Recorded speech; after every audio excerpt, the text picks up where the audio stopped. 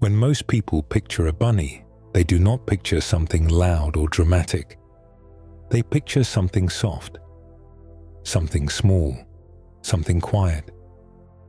A little animal sitting in the grass with still ears, bright eyes, and fur that almost seems too soft to be real. There is something about bunnies that feels peaceful right away, even before we know very much about them. Part of that feeling comes from the way they move. Bunnies do not usually stomp through the world the way larger animals do. They hop lightly. They pause often. They seem to listen before they act. Even when they are eating, sniffing, or shifting around, there is usually a kind of gentleness to it. Their bodies seem made for softness. Their rounded shape, their fine fur, and their quiet little movements all work together to create an image that feels warm and calm. That may be one reason so many people feel comforted by them. Bunnies appear in children's books, blankets, toys, decorations, and bedtime stories. They are often used as symbols of tenderness, innocence, and safety. Even the word bunny feels soft when you say it. It sounds smaller and warmer than the word rabbit. It is the kind of word people use when they are already feeling affectionate. But what is interesting is that this peaceful image is only part of the story. A bunny may look delicate and dreamy from the outside, but underneath that softness is a very alert animal. A bunny is always taking in information. Its ears are listening. Its nose is twitching. Its eyes are watching. Even while sitting still, it is not switched off from the world. In fact, it may be noticing far more than we are.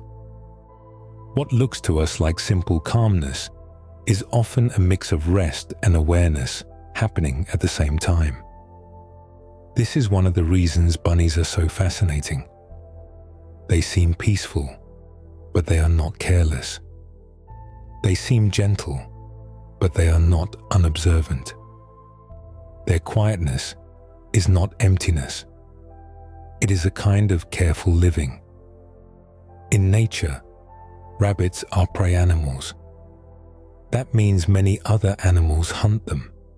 And because of that, rabbits survived not by becoming fierce, but by becoming sensitive. Over time, their bodies became very good at detecting movement, sound, scent, and change. So even though they look soft and harmless, they are actually built around awareness. In a strange way, some of the same traits that make them seem calming to us are the traits that help them stay alive. Their large ears are a good example. To us, they look charming and distinctive. They are part of what makes a bunny look like a bunny. But those ears are not just decorative. They are tools. They help rabbits hear sounds from a distance and notice what is happening around them. The same is true of their eyes, which are placed in a way that helps them watch a wide area. Their nose, which many people find adorable, is also a constant sensing device, reading the air for clues. So the very features that make bunnies look cute are also part of a very practical design. That contrast is part of what makes them so compelling. They seem like little creatures of comfort, yet they are also highly adapted animals with surprisingly specialized bodies. They are simple to look at, but not simple at all. The more you pay attention to them, the more you begin to notice that nearly everything about them has a purpose. Even their softness, which people often focus on first, is not just there for beauty. Fur helps with warmth and protection. Their compact body shape helps them move quickly when needed. Their quietness helps them avoid drawing attention. A bunny can look like the very picture of peace, while also being finely tuned for survival. And maybe that is part of why people like them so much. A bunny feels gentle, but not weak. Quiet, but not empty. Still, but not unaware. It carries a kind of calm alertness that many people seem to recognize without even thinking about it. You can feel it just by watching one sit in place for a few moments. It looks restful, yet awake to everything. There is also something about their size that changes how we see them. Large animals can be impressive, powerful, or majestic. But very small animals often trigger a different feeling. They make people want to lean in, to lower their voice, to be careful. Bunnies seem to invite gentleness from the world around them. They look like creatures that should be protected. And because of that, many people respond to them with immediate tenderness. Of course, not all rabbits live the same kind of life. Some are wild, living in fields, forests, scrubland, and burrow systems. Others live closely with humans as pets. Some are shy, some are curious, some are more social than people expect. But across all those differences, the emotional image of the bunny remains surprisingly strong.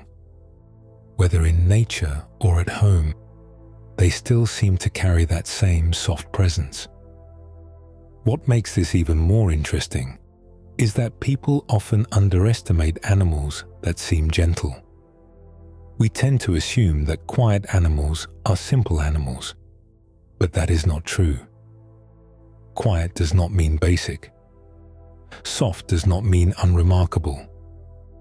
Bunnies may not roar, bark, or dominate a landscape, but they are still full of adaptation, instinct, and complexity. Their lives are shaped by biology, just as much as any larger or louder animal. So as we begin this journey into the world of bunnies, it helps to hold both sides of them in mind at once. On one side is the image people already know, the softness, the stillness, the warmth, the comfort. On the other side is the deeper truth, the sensitivity, the awareness, the survival instincts, and the hidden sophistication inside such a small body. That is what makes them worth exploring. A bunny is not just a symbol of gentleness. It is a real animal with a real history, a real set of instincts, and a body shaped by millions of quiet decisions made by nature. It lives in a world of scents, sounds, shelter, caution, hunger, and motion. And yet somehow, even with all that complexity, it still manages to appear peaceful to us. Maybe that is the real magic of bunnies. They remind us that gentleness and complexity can exist together, that something can be soft and still be finely tuned, that something can look simple while holding an entire hidden world inside it. And in the next section, we can begin with something simple, but surprisingly meaningful. What exactly is the difference between a rabbit and a bunny? Before going any deeper into the lives of these soft and watchful animals, it helps to pause on something simple. What exactly is the difference between a rabbit and a bunny? For many people, the two words feel almost the same. They point to the same image in the mind. A small, furry animal, long ears, a twitching nose, a gentle little body sitting quietly in the grass or hopping through a garden. In everyday conversation, people often use rabbit and bunny interchangeably without thinking much about it. But even though the words are closely connected, they do not feel exactly the same. The word rabbit is the formal name. It is the standard word people use when they are speaking scientifically, descriptively, or generally about the animal itself. In field guides, biology books, and nature writing, rabbit is usually the word that appears. It is neutral, more official. It points to the animal without adding much feeling. The word bunny is different. Bunny is softer, warmer, more affectionate. It feels personal in a way that rabbit does not. It is the kind of word people use in childhood, in stories, in homes, and in moments of fondness. Even when adults say it, the word often carries a gentle emotional tone. It is not just naming the animal. It is also expressing how the animal feels to us. That difference matters because language does more than label things. Language shapes mood. It shapes expectations. It shapes the picture that appears in the mind before careful thought even begins. If someone says rabbit, the image may lean more toward the real animal in nature. Fields, burrows, wild behavior, biology. If someone says bunny, the image often softens right away. Fur, warmth, pet rabbits, children's books, spring decorations, something small and comforting. The animal underneath is still the same kind of creature, but the emotional framing changes. That is part of what makes this little language difference so interesting. One word points more toward zoology, the other points more toward feeling. It is a bit like the difference between calling something a house and calling it a home. The physical object may be the same, but the atmosphere changes. In the same way, rabbit is the animal as a category, while bunny often feels like the animal as an experience. Not always, but often enough that most people can sense the difference right away. This does not mean bunny is an incorrect word. It simply means it is more informal. It belongs more to affection than to classification.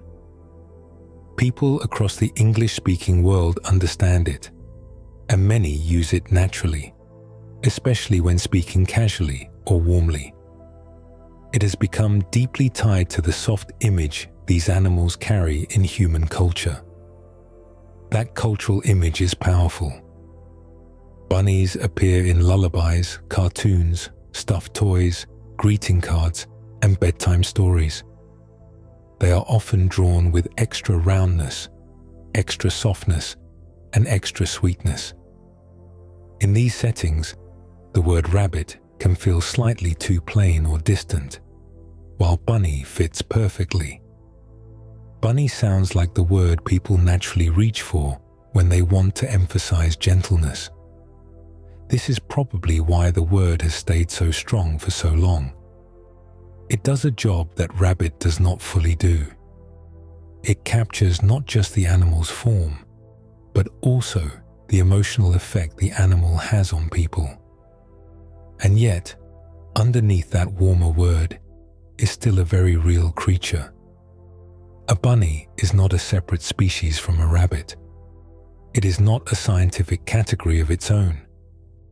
In most cases, bunny is simply a more affectionate way of referring to a rabbit, especially one that seems young, small, tame, or especially cute. Sometimes people picture baby rabbits when they hear bunny, but the word is often used much more broadly than that. In fact, part of what makes bunny such a lasting word is that it softens the edges of the real animal. Rabbits in nature can be fragile, nervous, highly alert, and fully shaped by the pressures of survival. They are not little plush toys sitting in a storybook meadow for human amusement. They are animals with instincts, fears, needs, and carefully tuned bodies. But the word bunny gently filters that reality. It invites us to first notice the softness. There is nothing wrong with that, as long as both views stay in balance. The emotional word and the biological animal can exist together. They can be called bunnies because the word feels cozy and calming, while still being understood as rabbits with rich natural lives and remarkable adaptations. In fact, this balance makes them even more interesting. Bunny opens the door with warmth. Rabbit helps reveal what is actually there. This says something larger about human language too. People often create softer words for animals that stir protective feelings. This happens with pets, with babies, and with creatures seen as harmless or lovable.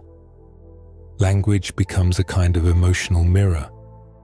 It reflects not only what something is, but how people feel toward it. And few animals seem to invite that response more naturally than rabbits do. Their size helps, their fur helps, their quietness helps. So does the way they move through the world with such lightness and caution. They seem almost designed to awaken tenderness. Even their faces, with wide eyes and small noses, give the impression of delicacy. The word bunny gathers all of that into a single sound. Rabbit, on the other hand, keeps the animal grounded in reality. It reminds us that this is not just a symbol of comfort. It is a living creature with a long history, a specialized body, and a life shaped by the natural world. It eats, listens, hides, escapes, rests, and raises young. It survives through awareness. It belongs not only to stories and homes, but also to fields, thickets, and burrows. So whether the word is rabbit or bunny, the same remarkable creature is still there. But the choice of word reveals something about the lens being used. One lens is scientific and descriptive. The other is gentle and affectionate. One helps classify. The other helps connect. And maybe that is part of why these animals have remained so loved for so long. They seem to belong equally to the world of biology and the world of feeling. They are real animals, yet they also carry a softness that language itself seems to wrap in warmth. Once the name is understood, the animal begins to come into clearer focus, not just as a symbol of gentleness, but as a real creature with a past, a place in nature, and a story that stretches far beyond the soft little word so many people love to use. It is easy to think of bunnies as creatures that simply belong wherever people happen to see them. In gardens, fields, storybooks, parks, pet homes, and quiet grassy corners, they feel familiar enough that it can seem like they have always been everywhere. But rabbits have a real origin story, and it begins not in fantasy, but in the natural world. The rabbits most people picture today belong to a larger family of small mammals built for speed, caution, and survival close to the ground. They are part of a group that includes hares as well, though rabbits and hares are not the same animal. Rabbits tend to be smaller, more social, and more closely tied to burrows, while hares are often born more developed and live more out in the open. Even so, both share a body plan shaped by alertness, powerful back legs, and a life lived under constant pressure from predators. The domestic rabbits people keep as pets today trace back mainly to the European rabbit. This species became especially important in human history because it was the one humans gradually brought into managed environments, bred, moved, and eventually turned into the many domestic forms known today. Long before that happened, though, these rabbits lived as wild animals in certain parts of Europe and nearby regions, making homes in burrow systems and surviving through caution, quick movement, and steady reproduction. Over time, humans began interacting with rabbits more closely. At first, that likely had much more to do with food and fur than companionship. Like many animals that later became familiar in domestic life, rabbits were first valued in practical ways.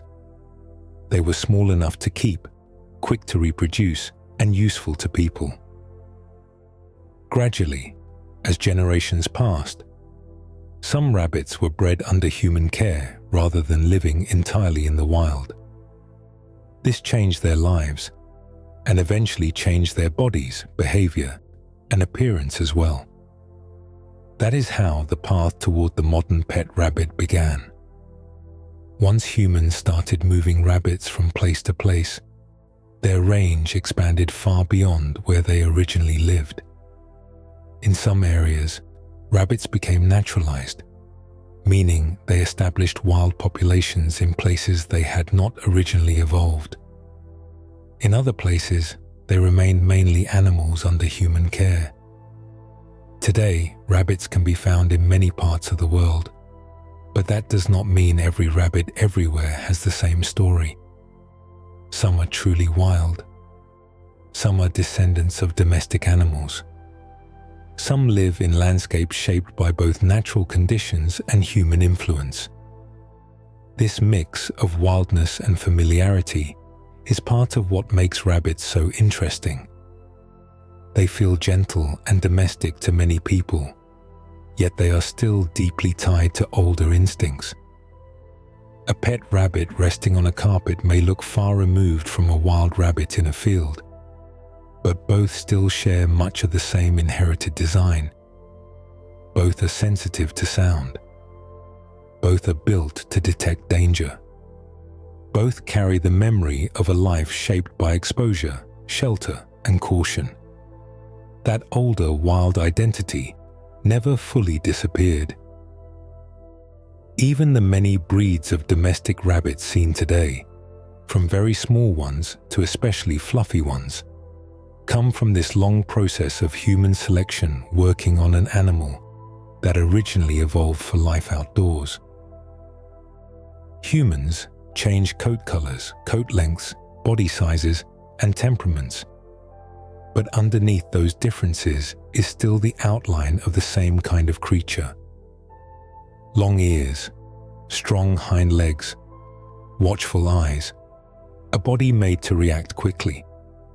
This also helps explain why rabbits can seem to belong to two worlds at once. One world is the human world of pets, warmth, and affection.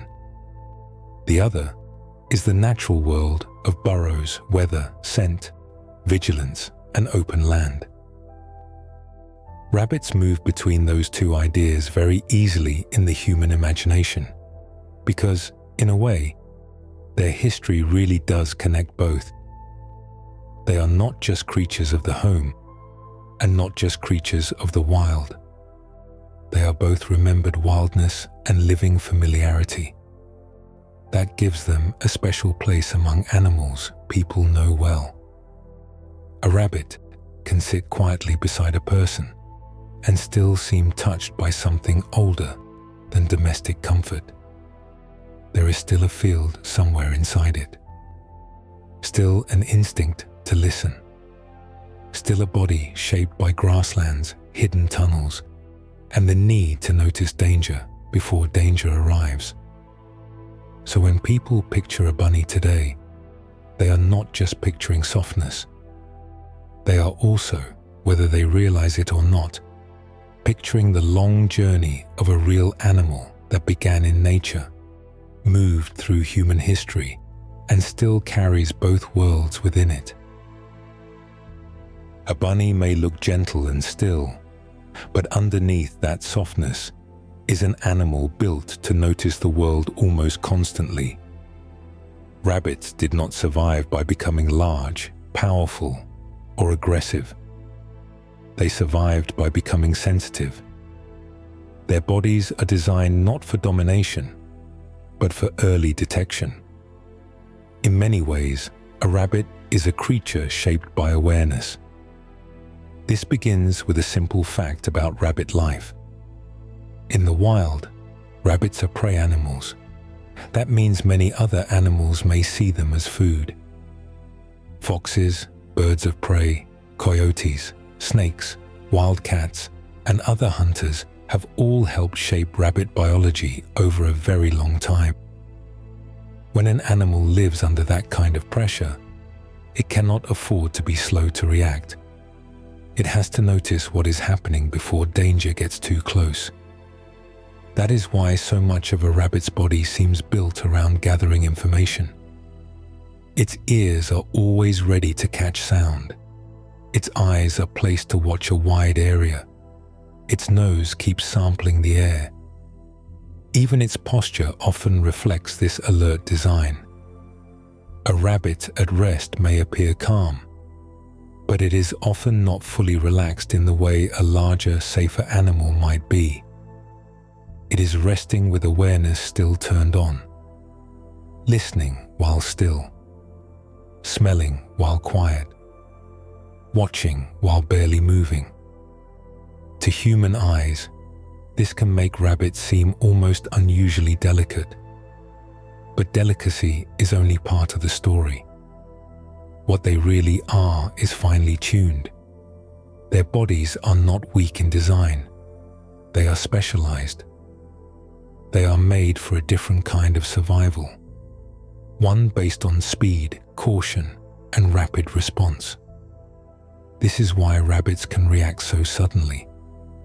One moment they may seem perfectly peaceful, and the next they are gone in a flash of movement. That quickness is not random nervousness. It is part of an old survival system. If a rustle in the grass, a shifting shadow, or a strange sound could mean danger, hesitation may be costly. So rabbits developed bodies that can move from stillness to action very quickly. Even their quietness plays a role in this. A loud animal may rely on warning displays, strength, or social defense. Rabbits tend to rely more on not being noticed at all until the last possible moment.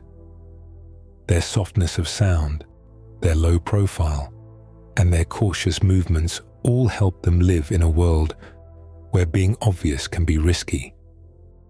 There is something almost beautiful about this form of survival. It is not survival through force, but through attention. A rabbit survives by reading the world carefully, by staying aware of patterns, by noticing change, by trusting its senses. That makes the rabbit less like a bold conqueror of its environment and more like a quiet interpreter of it. This sensitivity also helps explain why rabbits can be affected by stress so strongly. An animal built to notice everything may also be more easily startled by everything. Their nervous systems are closely tied to their survival needs. What looks peaceful from the outside may actually involve a great deal of inner vigilance. The calm image people associate with bunnies is real, but it exists alongside an equally real alertness. And yet rabbits do not seem harsh or severe because of this. Their awareness does not make them feel tense in the way some animals do. Instead, it often gives them a kind of quiet intelligence. They pause, they listen, they test the air, they turn slightly toward a sound. They hold still in a way that feels full of meaning. Even when doing very little, they can seem deeply present. That may be part of why watching a rabbit can feel so calming. There is no wasted motion, no loud display, just a constant, subtle relationship with the world around it. A bunny sitting in the grass may look like a simple image of peace, but in reality, it is a small living system processing sound, scent, movement, light, and risk all at once. So much of rabbit life begins with this basic truth.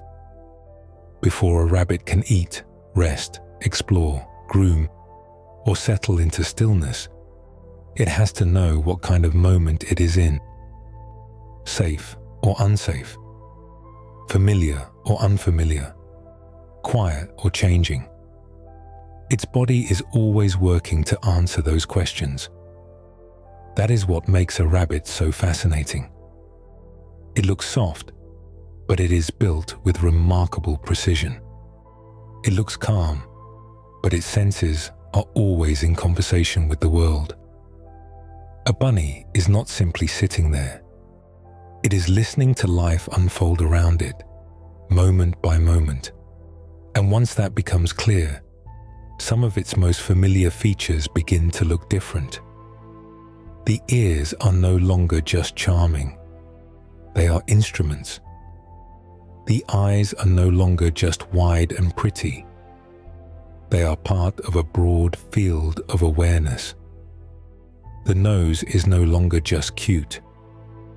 It is a constant reader of the air. The bunny's gentleness, then, is only half the picture.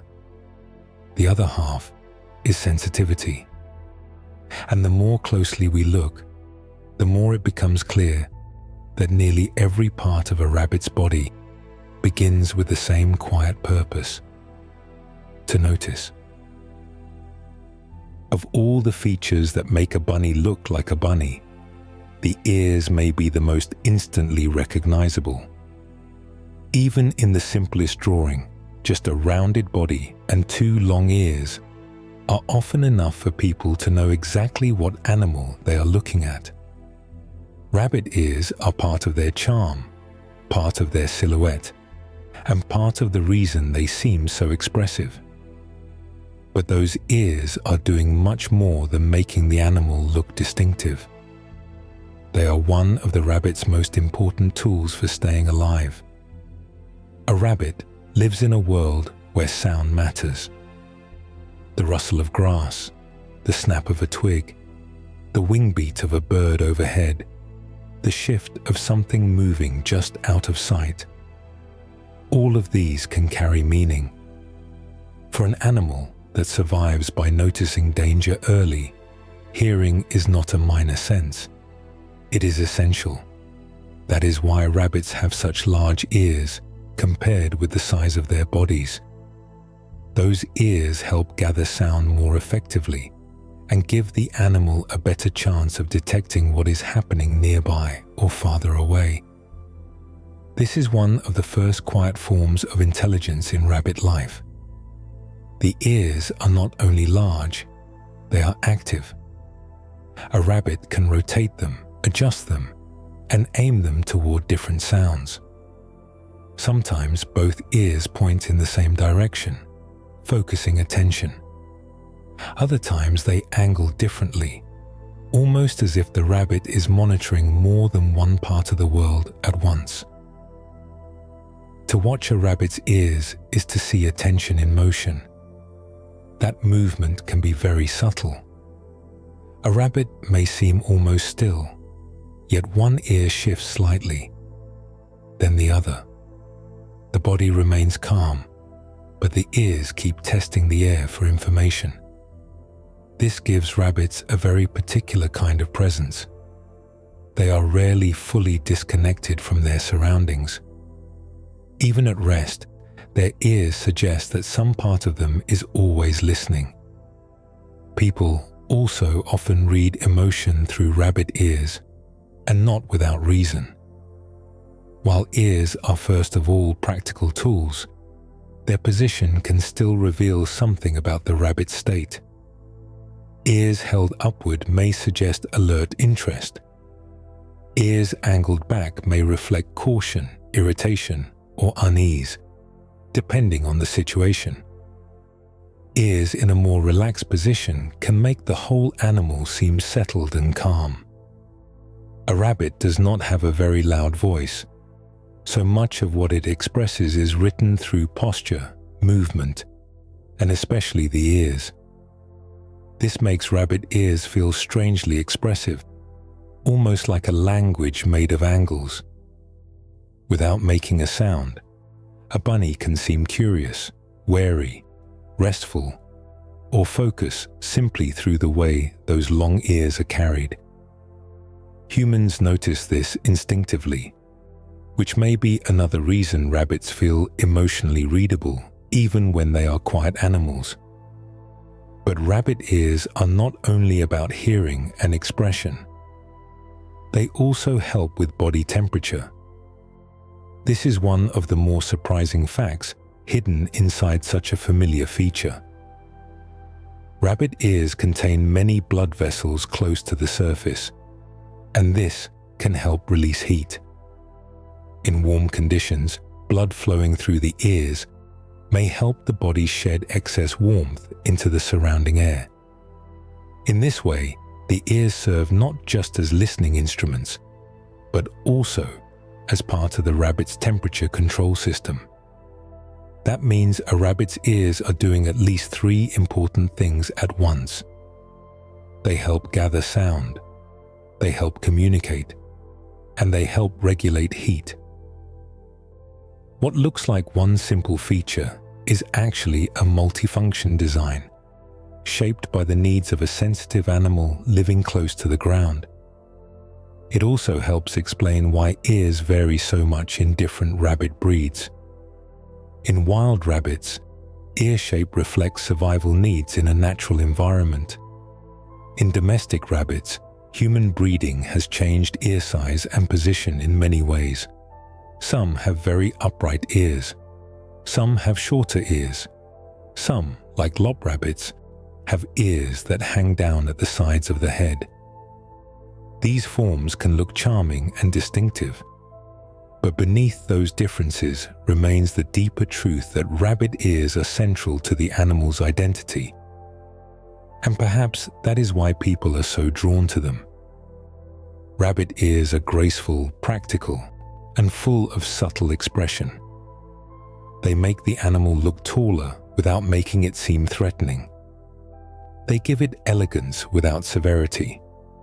They contribute to the bunny's softness, yet also hint at its constant awareness. A rabbit sitting quietly in the grass may look peaceful, but the ears tell a fuller story. They rise above the still body like living antennae, gathering fragments of the world. A distant sound, a nearby movement, a change in the air. While the bunny appears calm, the ears remain in conversation with the world around it. So the next time rabbit ears seem merely cute, it helps to look again. They are not decorations. They are part of a beautifully sensitive design. They carry warmth away from the body. They speak without words. They listen before the rest of the animal moves. And in their quiet, turning attentiveness, they reveal something essential about rabbit life. A bunny survives by softness, yes, but also by awareness. And few parts of its body show that more clearly than the ears. Imagine sitting low to the ground in a field of grass, with stems rising like little walls all around you. Shapes move above. Shadows pass across the light. Sounds come from different directions. In a world like that, it would not be enough to look only straight ahead. It would be much safer to see as much of the space around you as possible. That is the kind of world rabbit eyes were made for. A bunny's eyes sit on the sides of its head, rather than facing forward the way human eyes do. This gives rabbits a very different view of the world from the one people are used to. Instead of focusing mainly on what is directly in front of them, rabbits are built to notice a broad sweep of what is happening around them. Their eyes are placed for awareness more than precision. This wide placement helps create a very large field of view. A rabbit can see much of what is happening to its left, to its right, and even behind it, without needing to turn its head very much. For a prey animal, that is a major advantage. A rabbit resting in the open cannot always afford to make large, obvious movements just to check its surroundings. The more it can see while staying still, the better. This helps explain why rabbits can sometimes seem to notice things before people expect them to. A movement off to the side, a shift in the distance, a change in light. All of these may enter a rabbit's awareness quickly. What looks like a peaceful little animal sitting quietly may actually be taking in a wide visual map of the world at all times. There is, however, a trade-off. When eyes face forward, as they do in humans and many predators, the two eyes overlap more in what they see. That overlap helps with depth perception, making it easier to judge distance precisely. Rabbits have some forward overlap in their vision, but not as much as humans do. Their visual system sacrifices some detailed depth judgment in exchange for a wider view around the body. In other words, rabbits are built less for careful visual inspection of one object and more for broad awareness of many things at once. That trade makes sense for the life they live. A rabbit usually does not need to stare down prey, track a distant target with perfect focus, or judge complex hand movements the way a human does. It needs to know whether something is approaching, where motion is happening, and whether the surrounding space still feels safe. Its eyes are part of a warning system. This is one reason rabbit vision can feel so closely tied to caution. Their eyes reflect a life built around exposure. A rabbit often lives close to the ground, in open spaces, near grasses, brush, and hidden shelter. Danger may come from above, from the side, or from somewhere just beyond view. Wide vision helps reduce surprise. It gives the rabbit a better chance to react in time. There is also something quietly expressive about rabbit eyes. To people, they often appear large, dark, and glossy, giving rabbits a look of innocence or gentleness. But those same eyes are also tools of survival. They are not only beautiful, they are practical. Their placement, shape, and alertness all belong to an animal that has spent a very long time evolving under watchful pressure from the world around it. This may be part of why rabbits seem both calm and vigilant at once. Their bodies can look soft and restful, but their eyes suggest constant contact with the environment. Even when a bunny is still, its vision remains open to movement and change. It is not drifting through the world, it is quietly monitoring it. And yet rabbits do not seem harsh because of this. Their wide-set eyes do not make them look severe or predatory. Instead, they add to the sense that rabbits are creatures of sensitivity. Their faces seem open, their gaze seems soft. But inside that softness is a very practical arrangement, one that allows them to live with caution in a world full of risk. So rabbit eyes are another example of something people often find cute at first glance, but remarkable on closer look. Their position on the head is not random. It tells a story. It speaks of life in open spaces, of danger that may come from almost anywhere, and of an animal shaped not for force, but for awareness. A bunny does not see the world the way a human does. It sees more around itself and less with the kind of narrow forward focus people rely on. It lives inside a wider circle of visual attention, always slightly tuned to motion, space, and change. That broad view helps keep it safe, but it is only part of the rabbit's sensory world.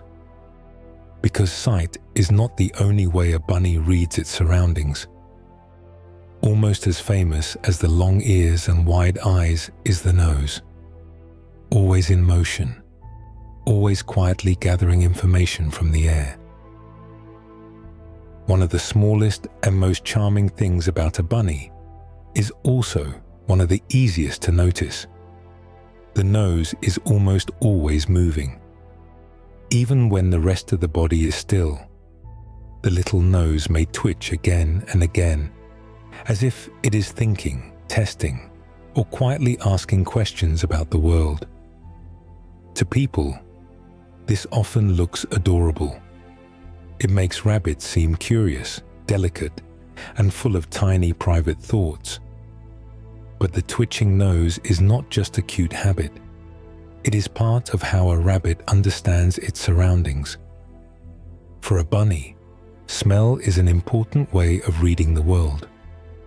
Long before something is touched, and sometimes before it is clearly seen, it may already be smelled. The air carries information constantly. It carries clues about food, other rabbits, plants, damp ground, nearby shelter, and possible danger. A rabbit's nose helps gather those clues, and the twitching motion is part of that process.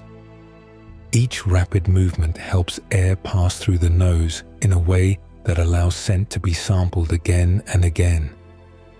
Instead of taking in the world with one slow breath and moving on, a rabbit refreshes its sensory picture continuously. The nose is not just breathing, it is collecting updates. This makes the rabbit's face seem alive with attention, even in moments of complete stillness. That is one reason the twitching nose can feel so expressive to human eyes. It makes the bunny seem engaged with everything around it. The rabbit may not be making sound or large movements, but the nose tells a different story. Something is happening. Information is being gathered. The world is being checked and rechecked in tiny, rapid intervals. This matters because smell plays a major role in rabbit life. A rabbit may use scent to recognize safe places, detect unfamiliar changes, and identify food worth eating. The nose helps it interpret what kind of moment it is in. Is the air ordinary or different? Does something smell familiar or strange? Is there another rabbit nearby? Is that patch of grass worth approaching? The twitching nose helps answer these quiet questions. It also fits the rabbit's larger pattern of survival.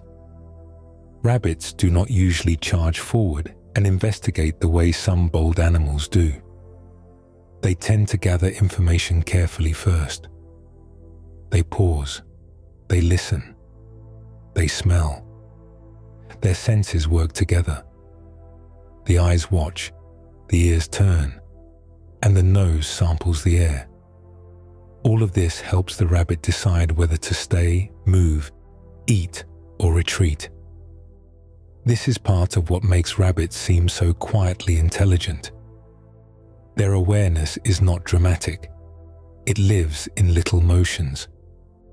A slight ear turn, a still body, a nose moving rapidly. These are not random details. They are signs of an animal staying in touch with its environment in a very continuous way. The nose also adds to the feeling that rabbits are somehow always curious. Even when resting, they can appear interested in the world, because that small motion never fully stops for long. The twitching gives the impression of constant, gentle inquiry. But it is not curiosity in the human sense of wondering about ideas. It is a more immediate and practical form of attention. The rabbit is staying updated on the invisible world, carried in the air. That invisible world matters more than people sometimes realize. Humans depend heavily on vision, so it is easy to forget how much information can exist in scent. For a rabbit, smell helps reveal what cannot be understood from appearance alone. A place may look safe but smell wrong. A plant may look ordinary but carry a strong message through scent. Another animal may not yet be seen, but its presence may already be drifting through the air. So the bunny's twitching nose is really a kind of quiet sensor. So, always working, always reading. It is one more example of how rabbits combine gentleness with precision. What appears soft and simple from the outside is often highly functional underneath. And yet, the practical side does not cancel the charm. In a way, the biology may make the image even sweeter. The tiny nose moving so quickly is not just decorative. It is the visible sign of a delicate animal staying connected to the world moment by moment. It is awareness made small. That may be why people find it so soothing to watch. The movement is light, repetitive, and subtle. It suggests life, but not noise. Attention, but not tension. A rabbit can sit in near-perfect stillness while the nose continues its quiet work, and that contrast makes the whole animal seem even more peaceful. So much of rabbit life is built from this kind of gentle vigilance. The bunny does not simply exist in its surroundings. It reads them continuously, using every sense available. The twitching nose is one of the clearest signs of that hidden conversation between the rabbit and the air around it. And once the nose has been noticed, it becomes easier to notice something else that draws people in right away. The fur, the softness that seems almost impossible, and the deeper purpose hidden inside it. Few animals are as strongly associated with softness as bunnies. Even people who have never touched one often imagine the feeling right away. Rabbit fur has become almost a symbol of gentleness in the human mind. It suggests warmth, quiet, and comfort before the animal even moves. Part of the bunny's peaceful image begins there, in that soft outer layer that seems to make the whole creature feel delicate and calm. But fur is not there simply to be admired. For a rabbit, fur is part of survival. One of its main jobs is insulation. A rabbit is a small animal, and small bodies can lose heat quickly. Fur helps hold warmth close to the skin and protects the body from cold air, wind, and shifts in temperature. In this way, the softness people notice first is actually practical equipment. What feels comforting to us is, for the rabbit, part of the system that helps it remain stable in an unpredictable world. This is one of the quiet patterns that keeps appearing in rabbit life. A feature that seems cute or gentle often has a deeper biological purpose. The fur is beautiful, but it is also useful. It helps a bunny remain warm while resting, moving through grass, sheltering in a burrow, or sitting still during cool hours of the day. Not all rabbit fur is exactly the same, of course. Different species and different domestic breeds can have very different coats. Some rabbits have short, sleek fur. Others are much fluffier. Some have coats that feel especially dense, while others appear lighter or finer. Human breeding has also changed rabbit coats in many ways, creating animals with longer fur, unusual textures, or especially dramatic softness. In wild rabbits, though, the coat is less about appearance and more about function. It has to work with the environment. It has to protect without becoming a burden. It has to support a life spent near the ground, close to dirt, roots, grasses, and changing weather. Fur can also vary with the seasons. In colder times of year, some rabbits develop thicker coats to help conserve heat. When warmer conditions return, the coat may thin. This seasonal change helps the rabbit stay suited to its surroundings without needing to alter its behavior entirely. The body adjusts quietly through the fur itself. That means the coat is not just a passive covering. It is part of the rabbit's ongoing relationship with the climate around it. There is also something visually calming about fur. Soft surfaces tend to feel safer to human eyes than hard, sharp, or glossy ones. Rabbit fur seems to blur edges. It makes the body appear rounded, gentle, and almost cloud-like. A bunny resting with its paws tucked beneath it can look less like a creature built for survival and more like a small shape of pure softness. That may be one reason people feel so instantly protective toward rabbits. Their fur softens not only their bodies, but also the emotional impression they leave behind. At the same time, the fur also offers some protection from the outside world. It helps buffer the skin, shield the body from minor environmental discomfort, and create a layer between the rabbit and the surfaces it moves through. It is not armor, of course. Rabbits remain delicate animals. But the fur is still part of the body's defense, a gentle barrier between a sensitive creature and the roughness of its environment. And perhaps that is why rabbit fur seems to carry two meanings at once. To humans, it represents comfort. To the rabbit, it represents function. One side is emotional. The other is practical. Yet both are true at the same time. This balance is part of what makes bunnies so fascinating. Their softness is real, but it is not ornamental.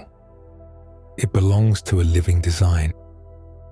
The coat that makes them seem peaceful also helps them endure cold mornings, shifting seasons, and the exposed realities of life close to the ground. So when a bunny appears especially calm and gentle, the fur is helping tell that story. It rounds the shape, quiets the outline, and gives the animal an almost dreamlike softness. But beneath that softness is purpose. The coat is working constantly, helping regulate warmth and protect the body. In the end, rabbit fur is another reminder that these animals are never only one thing. What looks tender is also useful. What feels comforting is also necessary. Their softness is not separate from survival. It is one of the ways survival happens. And from that still softness comes another part of rabbit life that feels just as distinctive: the sudden, light, springy motion of the hop. A bunny rarely moves in a way that feels heavy. Even when it is crossing open ground, there is often something light and springy about the motion. Rabbits do not stride the way many animals do. They do not place one foot after another in a long, steady pattern like a dog, a horse, or a person. Instead, they move with a rhythm that feels almost musical. A small lift, a soft landing, a pause, then another hop. To human eyes, it can look playful, even joyful. But this style of movement is deeply connected to the way a rabbit's body is built. Much of it begins with the hind legs. A rabbit's back legs are long and powerful compared with the rest of its body. they hold much of the strength needed for movement, especially quick movement. The front legs are smaller and help with balance, landing, and support. But the hind legs provide the real push. When a rabbit hops, those strong back legs drive the body upward and forward in a smooth burst of energy. This works well with the rabbit's compact shape. The body is small, rounded, and light enough to be lifted quickly by that push from behind. Rather than spreading effort evenly across 4 similar limbs, rabbits are built more like little springs. Their bodies gather and release force in a way that makes hopping efficient for them. That efficiency matters. A rabbit's movement is not only about getting from one place to another, it is also about staying alive. In the wild, danger may appear suddenly.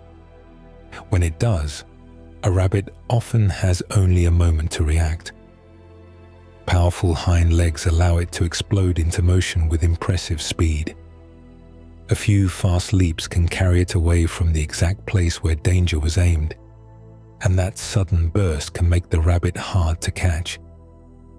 This is why there is such a big difference between a relaxed hop and an escape run. A calm rabbit may move in short, gentle hops while exploring, grazing, or shifting around a safe space. The body looks loose. The pace is easy. But if the rabbit is startled, that movement changes instantly. The hops become longer, faster, and more forceful. What looked like a soft little body a second ago becomes a machine for rapid escape. To people, this quick change can seem surprising. Rabbits often look so peaceful that it is easy to forget how much energy they can release at once. But that sudden motion is part of their design. It belongs to the same survival logic as the wide-set eyes, sensitive ears, and twitching nose. The rabbit survives by noticing quickly and moving quickly. Even so, there is something undeniably charming about rabbit movement.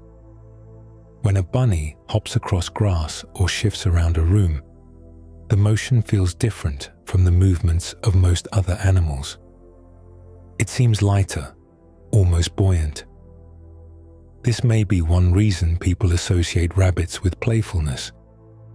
Even though the movement itself was shaped by practical needs rather than performance. Sometimes rabbits also leap, twist, or kick in ways that look almost like brief moments of celebration. In pet rabbits especially, these energetic jumps can appear when they feel safe and full of energy.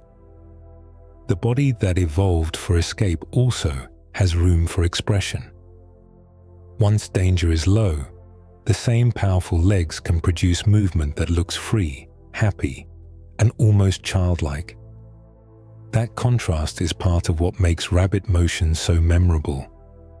It can be cautious or carefree. It can be quiet and measured or sudden and astonishingly fast. But in every case, it reflects the same underlying structure, a small body built around strength in the back legs and quick response to the world.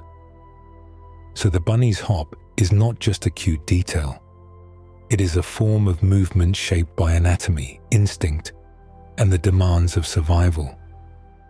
It carries the rabbit lightly, but it also carries it efficiently.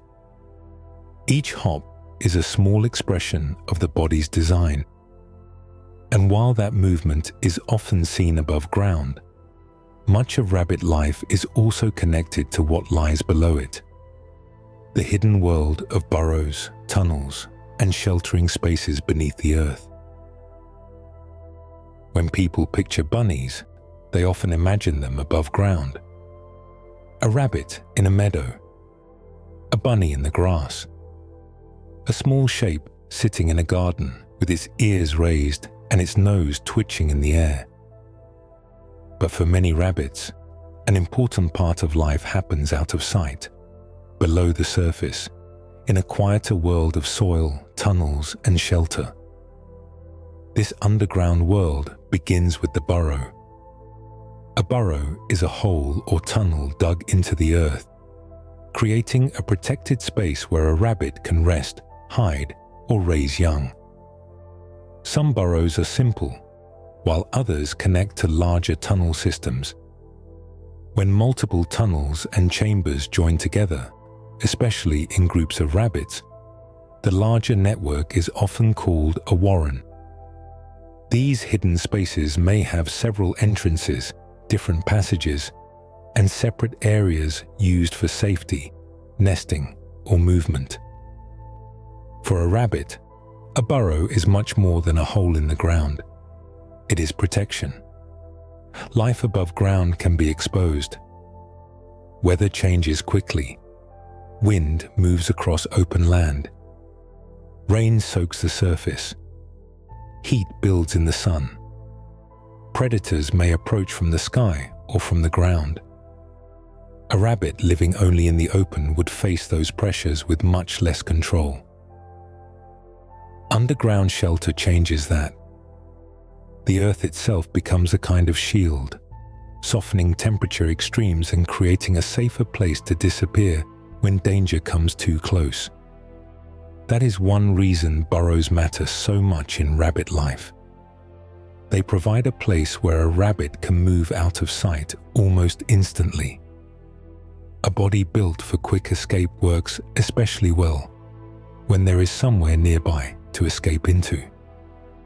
The burrow and the rabbit's movement belong together.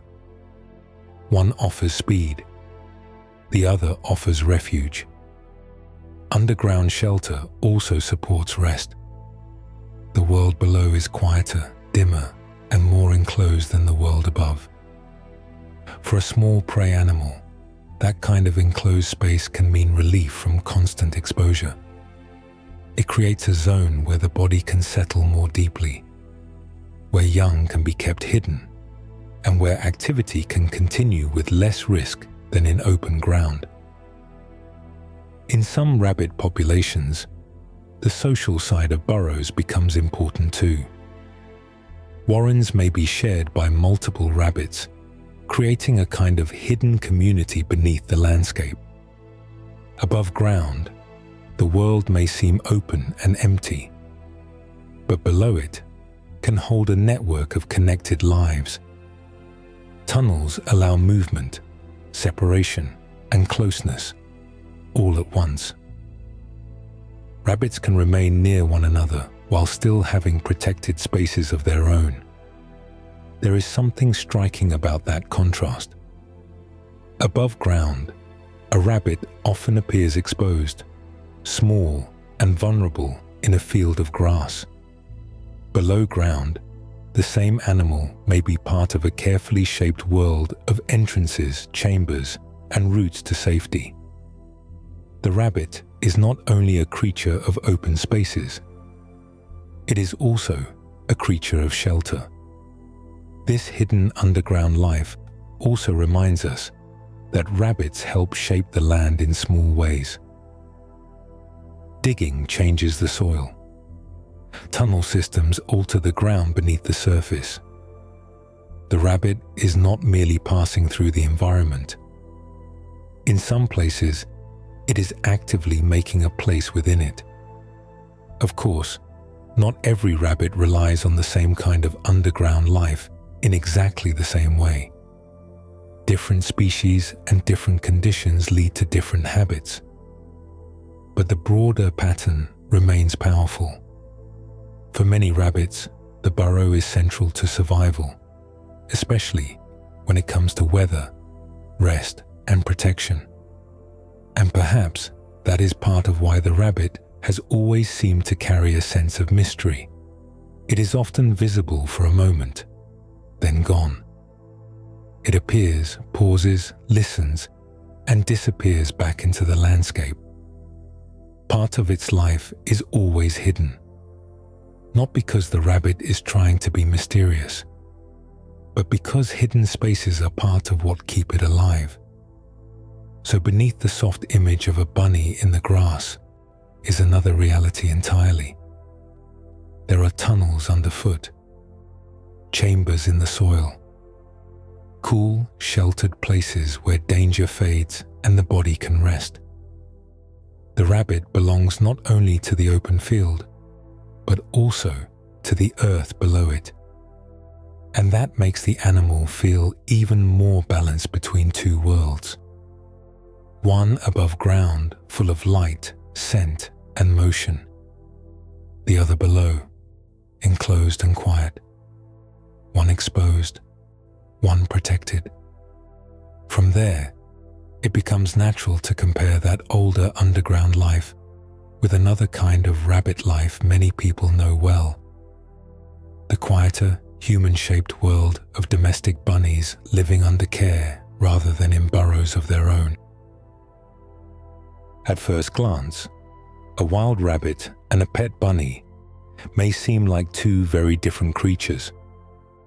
One lives outside among grass, brush, weather, and danger. The other may live in a quiet home with soft bedding, regular meals, and human care. One must stay constantly aware of predators and changing conditions. The other may spend its days in a far more protected world. And yet, beneath those differences, they are still closely connected. A domestic bunny may live a gentler life, but it is still built from the same deeper pattern. Wild rabbits live in a world shaped by caution. They must find food, watch for danger, locate shelter, and respond quickly to anything unusual. Their lives are closely tied to open ground, hiding places, changing seasons, and the constant need to stay aware. Every sense matters. The ears listen, the eyes scan, the nose tests the air. Survival depends on reading the environment well and reacting in time. A domestic rabbit does not usually face that same level of immediate risk. Food may arrive at regular times, shelter may already be provided. Harsh weather, predators, and hunger are greatly reduced or removed altogether. This changes daily life in a major way. A pet bunny can spend more time resting in safety, exploring familiar spaces, and interacting with humans or bonded companions without the same constant exposure faced by wild rabbits. Humans have also changed domestic rabbits through breeding.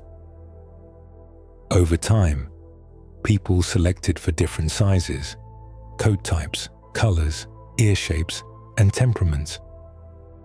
That is why pet rabbits can look so varied. Some are tiny, some are especially fluffy. Some have upright ears, while others have ears that hang down. These changes can make domestic rabbits feel even farther removed from the wild image many people carry in mind. But the older instincts are still there. Even a well-loved pet bunny often reacts like an animal shaped by generations of caution. Sudden sounds may startle it. Unfamiliar spaces may be approached carefully. It may prefer having places to hide, corners to retreat to, and routines that feel predictable. A domestic rabbit may live in comfort, but it still carries the nervous system of an animal that once depended on alertness to survive. This is why pet rabbits often need more understanding than people expect. Their gentleness does not mean they are simple or easy in every situation. They may be affectionate in their own quiet way, but they are often sensitive to noise, handling, stress, and abrupt change. The body and behavior still reflect their older inheritance. Human care can soften the dangers around them, but it does not erase the instincts within them. At the same time, there are real differences in temperament and daily rhythm between many wild and domestic rabbits.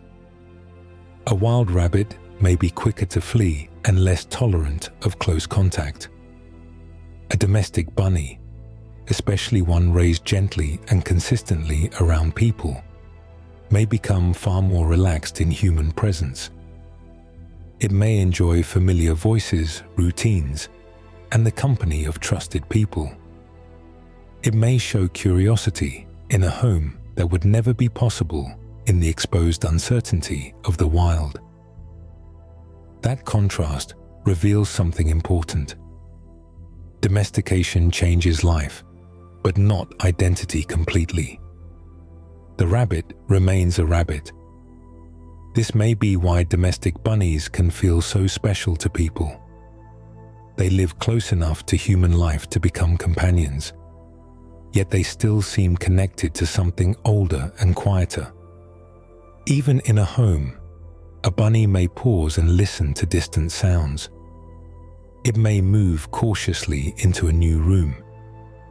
It may seek a sheltered corner before settling down. The wild pattern remains visible in small ways. So wild rabbits and domestic rabbits are not separate worlds entirely. They are more like two versions of the same deeper design, shaped by different surroundings. One lives under open sky and immediate risk. The other lives with human protection and comfort. One depends on burrows and landscape. The other depends on care and shelter given by people. Yet both still share the same sensitive body, the same alert senses, and the same quiet relationship with the world around them. And in both lives, one activity takes up an enormous amount of time and importance: eating. For rabbits, much of life is built around chewing, grazing, and keeping the body's delicate inner systems working as they should. One of the quiet surprises of rabbit life is how much of it revolves around eating. When people imagine bunnies, they often think first of soft fur, long ears, or light little hops through the grass. But if you spend time watching a rabbit, one pattern becomes clear very quickly. Much of its day is built around finding food, nibbling food, chewing food, or resting between periods of eating. For a rabbit, feeding is not an occasional event. It is part of the rhythm of life itself. This makes sense once the rabbit's diet is understood. Rabbits are plant eaters, and much of what they eat is not rich or concentrated food. Grasses, hay, leaves, and other plant matter form the base of their diet. These foods may be abundant, but they are also fibrous and not especially dense in easy energy. A rabbit cannot usually eat a small amount and be done for the day. Instead, it needs a steady flow of plant material moving through its body. That is why rabbits spend so much time grazing or chewing. Their feeding style matches the kind of food they are built to live on. Rather than eating a few large meals, they do better with frequent, ongoing intake. In the wild, this means moving through grass and vegetation, taking in many small bites over time. In domestic life, this is why hay becomes so important. It gives the rabbit something close to the kind of steady, plant-based feeding its body expects. There is something very calm about this pattern. A rabbit eating hay or grazing in the grass often seems to settle into a quiet rhythm. Bite, chew, pause, chew again. The movements are small and repetitive. Nothing dramatic is happening, yet the scene feels full of life. In many ways, this repetitive feeding contributes to the peaceful image people have of bunnies. So much of rabbit life is made of gentle, continuous actions, rather than sudden, forceful ones. But chewing is not only about satisfying hunger, it serves more than one purpose at once. The act of chewing helps prepare tough plant matter for digestion, which is especially important for an animal that depends on fibrous food. It also helps support the health of the teeth, which are always growing and need regular wear. So when a rabbit chews, it is not simply eating, it is also maintaining part of its body. This is another example of how closely linked rabbit systems are. Food, digestion, and teeth are all tied together. The rabbit cannot treat eating as a separate activity from the rest of its biology. Feeding is connected to the body in a continuous way. The rhythm of chewing helps keep multiple things in balance at once. That may be why rabbit eating feels so constant. It is not a small side detail in their lives. It is central. A rabbit's day is often organized around access to safe food, time spent chewing, and the steady inner work that follows. Even rest is part of this larger cycle. Eat, pause, digest, eat again. The pattern repeats quietly through the day. In the wild, this also fits the rabbit's cautious nature. Grazing animals often need to balance feeding with awareness. A rabbit may eat while still listening, watching, and smelling the air. Even during such a simple act, its senses remain partly engaged with the world. This gives rabbit feeding a special feeling. It looks peaceful, but there is still alertness inside it. Calmness and caution continue to exist together. Domestic rabbits show much of the same pattern. Given hay and safe surroundings, they still spend long stretches chewing in a steady, unhurried way. This can make them seem especially soothing to watch. Their lives are not built around loud bursts of action, but around soft repetitions.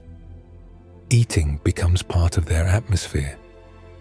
So a rabbit is, in many ways, a creature of continuous small bites. Its body expects steady plant matter. Its teeth depend on chewing. Its digestion works best when that quiet cycle keeps moving. What seems simple from the outside is actually part of a carefully balanced system. And once that becomes clear, the next question naturally appears. If rabbits live on such tough, fibrous food, and if so much of their lives depends on processing it properly, what exactly is happening inside the body to make that possible? At first glance, a bunny does not seem like an animal with especially unusual inner machinery. It looks so soft and simple on the outside that it is easy to imagine the inside must be simple too. But rabbits have one of the more remarkable digestive systems among familiar animals. Their bodies are built to live on food that is difficult to break down, and doing that well requires a process far more specialized than most people realize. The challenge begins with the rabbit's diet. Grasses, hay, and other fibrous plant materials are not easy foods to live on. They are full of tough structural material that gives plants shape and strength. For an animal to survive on that kind of diet, it needs a way to pull enough usable nutrition from food that is not especially rich or easy to digest. Rabbits solve this with a digestive system that works steadily, carefully, and in a very particular way. A rabbit's digestion is not designed for large, heavy meals, followed by long breaks. It works best when food keeps moving through the body in a regular flow. This is why steady eating matters so much. The digestive system depends on continuity. Plant matter comes in, is broken down step by step, and moves through a system that is always active. When that rhythm is working well, the rabbit can make use of food that many other animals would struggle to live on alone. One important part of this process happens in the gut through fermentation. Rabbits rely on microbes in part of the digestive system to help break down fibrous plant material. These tiny living helpers do what the rabbit's own body could not do as efficiently by itself. They help release nutrients from food that would otherwise remain too difficult to use fully. So inside the rabbit's body, there is a quiet partnership between the animal and the microbes that help process its meals. This already makes rabbit digestion more complex than it first appears. But one of the most unusual parts comes later. Rabbits produce a special kind of nutrient-rich droppings called secotropes. These are not the same as ordinary waste. Instead, they are part of the digestive cycle itself. Rabbits re-ingest these soft, nutrient-packed pellets so the body can pass the food through again and absorb more of what it needs. This may sound strange at first, but for the rabbit, it is simply a normal and efficient way of making the most of a fibrous diet. In other words, the rabbit's digestive system is built not just to process food once, but to recover nutrients through a second pass. This helps explain how a small animal can survive on grasses and other coarse plant materials. It is not just eating constantly. It is also extracting value from that food in a careful, repeated way. This process reveals something important about rabbit life. A bunny may appear gentle and uncomplicated, but inside its body is a system that depends on precision. Digestion must keep moving. The right foods matter. The right rhythm matters. The gut is not a simple holding space. It is a delicate living process that supports the entire animal. That delicacy is one reason rabbits can be more sensitive than people expect. When an animal depends on such a specific digestive balance, even small disruptions can matter more. The body is not built for dramatic excess or sudden change. It is built for steady, fibrous intake and continuous internal work. And yet there is something elegant about this design. It is not flashy, but it is deeply suited to the rabbit's way of life. A small plant-eating prey animal cannot afford waste. It has to make the most of what it eats. The digestive system reflects that reality perfectly. It is careful, efficient, and always in motion beneath the quiet surface of the animal. So the next time a bunny seems simple, it helps to remember that inside that soft body is a remarkably specialized system, one that depends on steady food, microbial fermentation, and even a second round of nutrient recovery. The rabbit is not just nibbling plants. It is participating in a highly refined biological process. And that process depends on something else just as quietly astonishing: teeth that never truly stop growing. One of the more surprising facts about rabbits is hidden in plain sight. A bunny may look soft, rounded, and gentle, but inside that small mouth is a system that demands constant maintenance. Rabbit teeth do not simply grow to a fixed size and stay there. They continue growing throughout life. That fact can feel quietly astonishing the first time it is understood. Many animals, including humans, depend on teeth that stop growing once they are fully developed. Rabbits are different. Their teeth are meant to keep renewing themselves. This is not a flaw or an odd accident.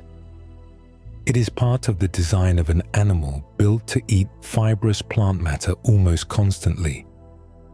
The reason becomes clearer when diet enters the picture. Rabbits spend large portions of their lives chewing grasses, hay, and other coarse plant foods. These foods create steady wear on the teeth. If rabbit teeth stayed the same forever without renewal, they would eventually wear down too far. Continuous growth solves that problem. As the teeth wear, they are replaced gradually by more tooth emerging over time. So the rabbit's mouth is not a finished structure. It is a living balance between growth and wear. That balance depends heavily on chewing. The act of grinding fibrous food helps file the teeth down in a natural way. Hay is especially important for this because it requires long, repetitive chewing. Soft food alone would not do the same job. Texture matters. Resistance matters. The rabbit's body expects not just nutrition, but also the physical work of chewing. This reveals something important about how tightly connected rabbit systems really are. Diet is not only about feeding the stomach, it also shapes the condition of the teeth. The teeth, in turn, make proper eating possible. One part supports the other. If the food is wrong, the wear may be wrong. If the wear is wrong, the teeth may not remain balanced. A rabbit's health is built from these linked relationships. That may be one reason rabbits are more complex than their soft appearance suggests. A bunny can look like such a simple little creature, yet its well-being depends on a quiet mechanical process happening every day. Chew enough of the right food, and the teeth stay worn to a functional length. Lose that balance, and problems can begin. The rabbit's survival depends not just on having teeth, but on keeping them in proper working order through constant use. There is something almost elegant about this arrangement. It turns eating into a form of upkeep. Every mouthful of fibrous plant matter is doing more than providing nutrients. It is also helping maintain the tools needed for the next mouthful. The rabbit lives inside a cycle where feeding and self-maintenance happen together. This also helps explain why rabbits are such creatures of repetition. The steady chewing that seems so calm from the outside is part of a deeper necessity. It is not only soothing to watch, it is biologically essential. The bunny sitting quietly with a pile of hay is not merely passing time. It is participating in a daily process that keeps its body functioning as it should. And perhaps that adds another layer to the rabbit's strange combination of gentleness and precision. Its whole appearance suggests softness, yet its life depends on constant wear, balance, and adjustment. A soft-looking animal survives partly through an ongoing mechanical relationship between food and teeth. Even this fits the larger patterns seen again and again in rabbit life. Something that appears simple turns out to be highly specialized. Something that looks cute turns out to serve a serious purpose. The rabbit's mouth is a perfect example. Hidden behind the peaceful image of the bunny is a system that never quite rests. Growth continues. Chewing continues. Balance must be maintained. So when people think of rabbits, they often think first of fur, ears, and gentle eyes. But the teeth belong just as much to the story. They are another reminder that the bunny is not only delicate, but finely designed. It survives on tough plants with tools that renew themselves and with habits that keep those tools in working condition. And once that individual biology is understood, another side of rabbit life comes into view. For all their sensitivity and quiet self-maintenance, bunnies are not always solitary creatures. Many of them live not only through awareness of the world, but also through closeness with one another. Bunnies often seem like very private creatures. They are quiet, careful, and easily imagined alone in a patch of grass, listening to the wind and testing the air. because they do not announce themselves loudly or move with the bold confidence of some other animals, it can be easy to assume they live mostly as solitary little beings. But many rabbits have an important social side. Beneath the softness and caution, there is often a real capacity for companionship. This makes sense when life in groups is considered. For a small prey animal, being near others can bring certain advantages. More ears may catch more sounds. More eyes may notice movement sooner. A group can increase awareness of danger simply by having more bodies tuned to the surroundings. Even quiet animals can benefit from shared presence. They do not need to be loud or dramatic to be social. Rabbits can form bonds with one another, and those bonds may become visible in gentle ways. One of the clearest is grooming. Rabbits may lick or clean one another, especially around the head and ears, in a behavior often called allogrooming. This is more than hygiene. It can also be a sign of trust, familiarity, and social connection. A rabbit allowing another rabbit close enough to groom it is participating in a very soft form of closeness. That closeness matters because rabbits are animals shaped by caution. Trust is not trivial for a creature built to notice risk.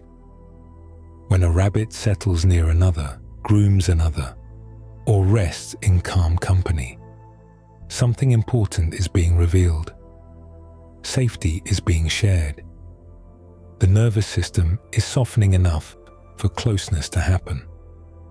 This may be one reason rabbits can seem emotionally gentle to people. Some of the softness people sense in them may come not only from their appearance, but also from their behavior with those they know well.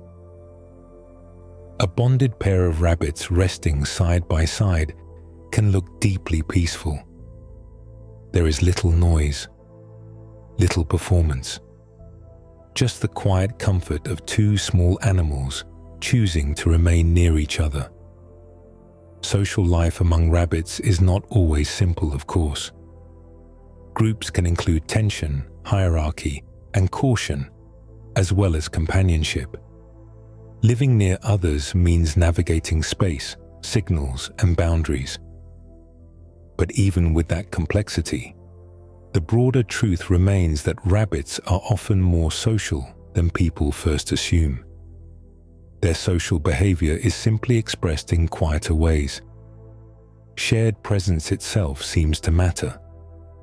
A rabbit may take comfort in a familiar companion nearby, even without constant interaction.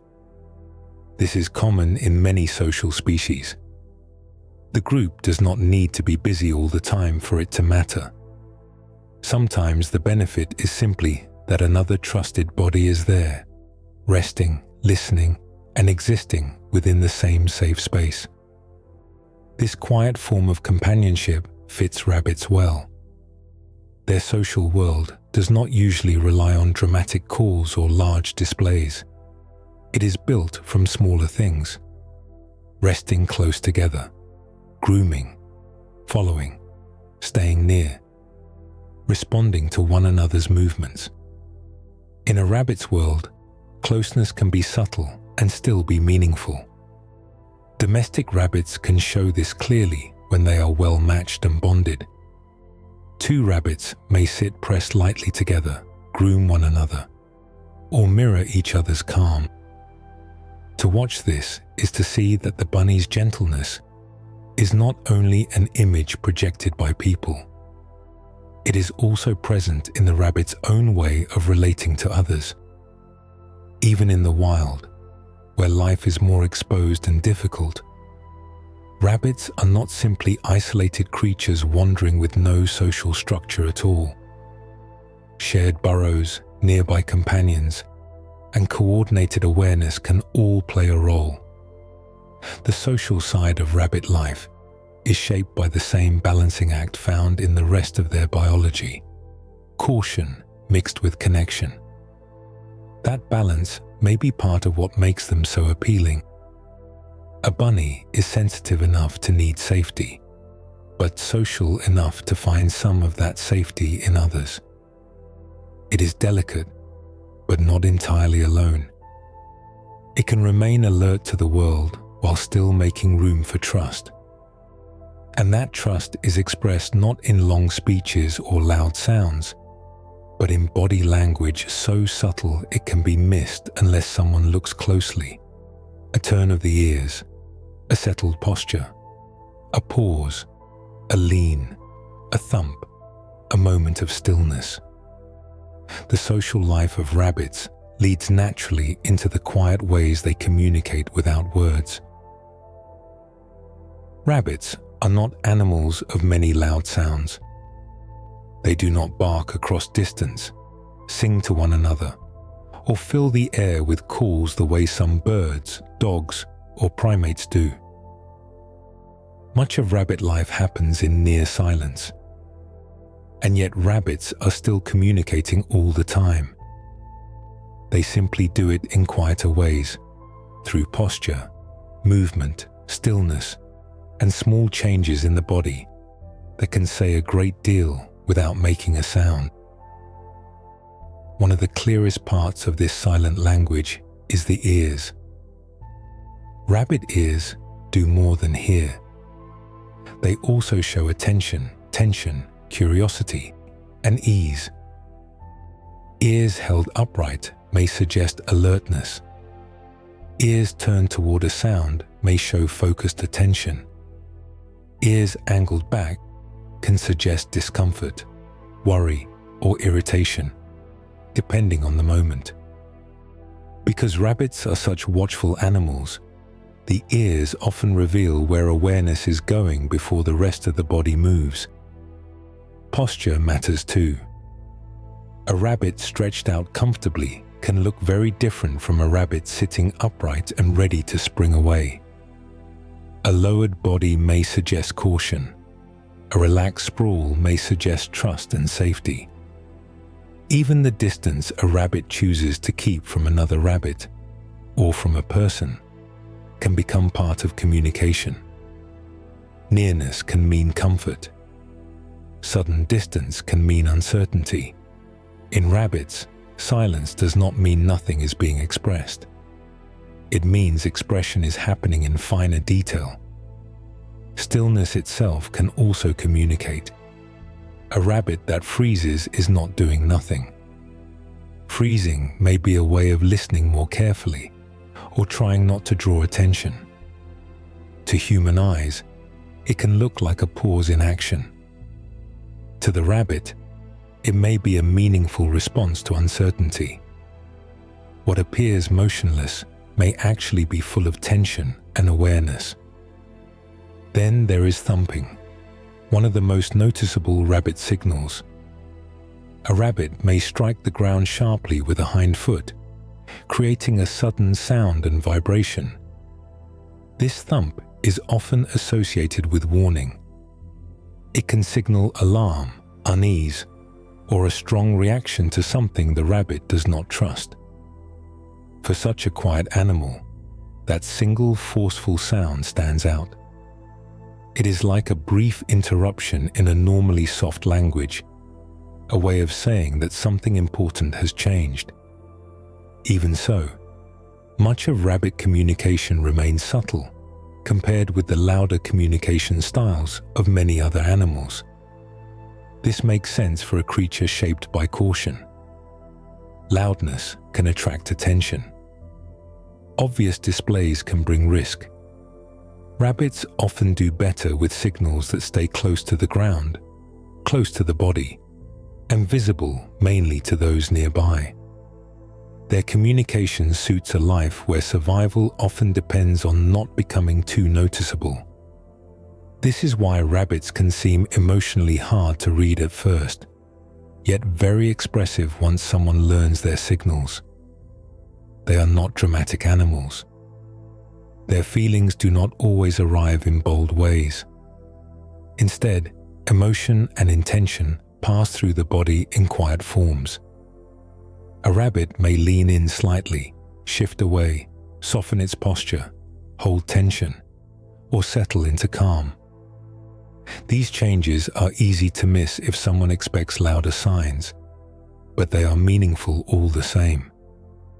There is something fitting about this. A bunny's whole life is built around sensitivity. It notices small changes in the environment, so it makes sense that it would also communicate through small changes in itself. The body becomes the message. The ears, the stance, the stillness, and the sudden thump all form part of a language shaped by an animal that survives through awareness rather than force. This quiet style of communication may also be part of why rabbits feel so peaceful to watch. Their behavior is rarely cluttered with excess. Much is said with very little. A tiny shift can hold meaning. A calm posture can speak of trust. A brief freeze can speak of concern. The rabbit's language is light, but it is not empty.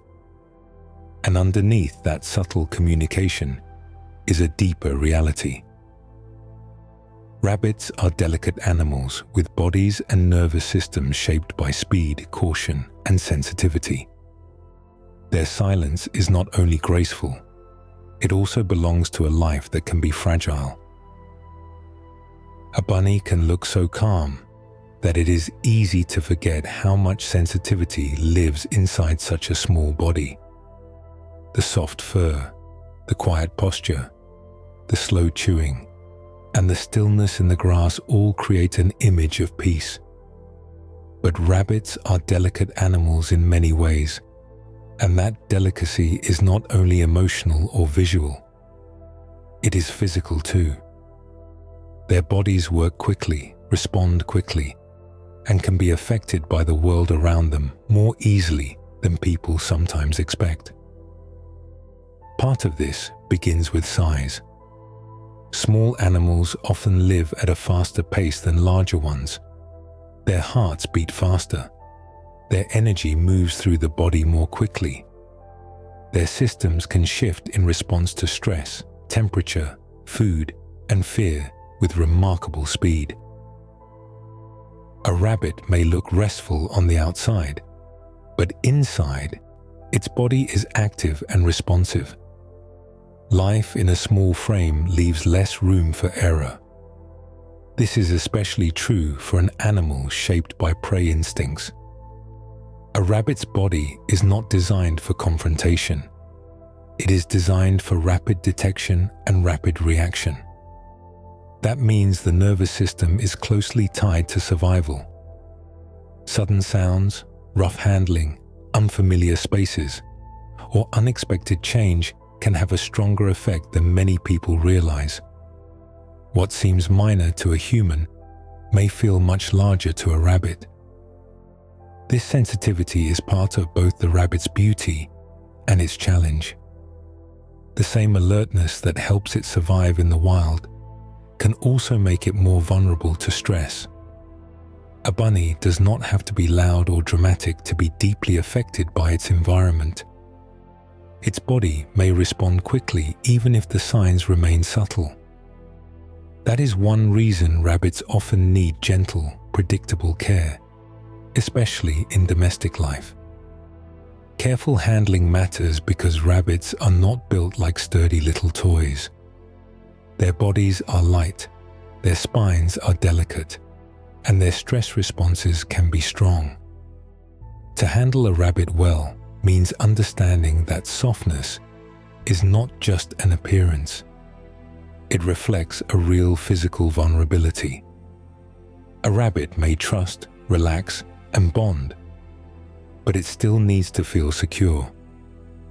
It still benefits from calm voices, steady routines, and movements that do not overwhelm its senses. There is something almost paradoxical about this. Rabbits can be fast, but fragile. Strong in the hind legs, but delicate in the body overall. Resilient in an evolutionary sense, yet sensitive in the moment-to-moment realities of life. They have survived as a kind for a very long time, but any individual rabbit still lives close to the edge of change. Its systems are efficient, but finely balanced. That balance appears again and again in rabbit life. The body needs steady food. The teeth need constant wear. The senses need to stay alert. The environment needs to feel safe enough for rest. A rabbit is a small animal, held together by many ongoing processes working in harmony. When things are calm, that harmony can make the bunny seem almost effortless in its gentleness. But the harmony depends on care, rhythm, and the absence of too much disruption. This may be part of why people feel so protective toward rabbits. Their fragility is visible, but not in a dramatic way. It is present in the little heartbeat hidden behind the fur, in the quick startle of the body, in the need for quiet familiarity. A bunny seems to carry its sensitivity openly, even when sitting perfectly still. And yet that sensitivity is not weakness alone. It is also a form of precision. Rabbits are finely tuned creatures. Their bodies respond quickly because quick response has always mattered. Their fragility is part of a design shaped by speed, caution, and the demands of life as a prey animal. They are delicate not because nature forgot to make them strong, but because nature made them responsive. So the bunny's softness is more than a feeling.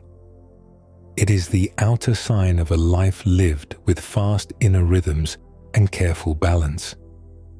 A rabbit rests lightly in the world, but never simply. Under the calm image is a body always managing energy, alertness, digestion, movement, and stress with remarkable sensitivity. And perhaps that makes the beginning of rabbit life feel even more tender.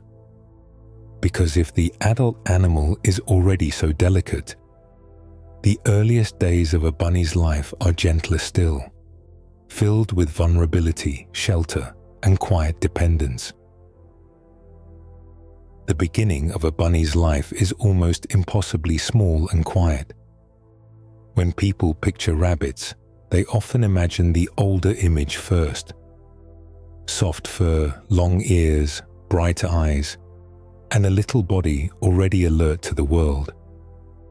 But that familiar bunny begins in a far more fragile form.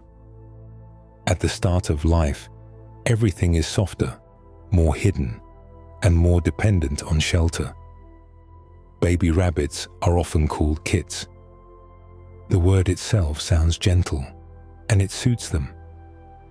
A kit enters the world tiny and vulnerable, not yet carrying the graceful self-possession people associate with adult rabbits. In those first early days, survival depends almost entirely on protection and care. That protection begins in the nest. A mother rabbit prepares a sheltered place for her young, often using grasses and other soft materials, then lining it with fur pulled from her own body. This creates a warm and insulated space, helping shield the newborn kits from cold and exposure. The nest is not grand or dramatic. It is simple, hidden, and practical, which fits rabbit life perfectly. Safety often lives in quiet places. These early beginnings are delicate. Newborn rabbits are extremely vulnerable, with very little ability to care for themselves. They depend on warmth, concealment, and the steady presence of maternal care. At this stage, the world outside the nest is far too large and demanding.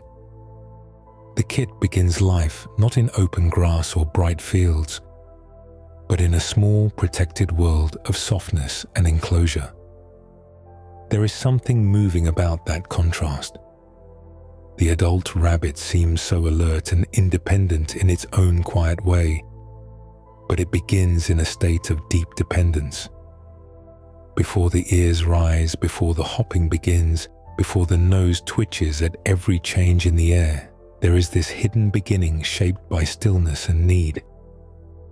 The mother's role is especially important during this time. Rabbit mothers care for their young in ways that can seem surprisingly quiet and restrained compared with some other animals.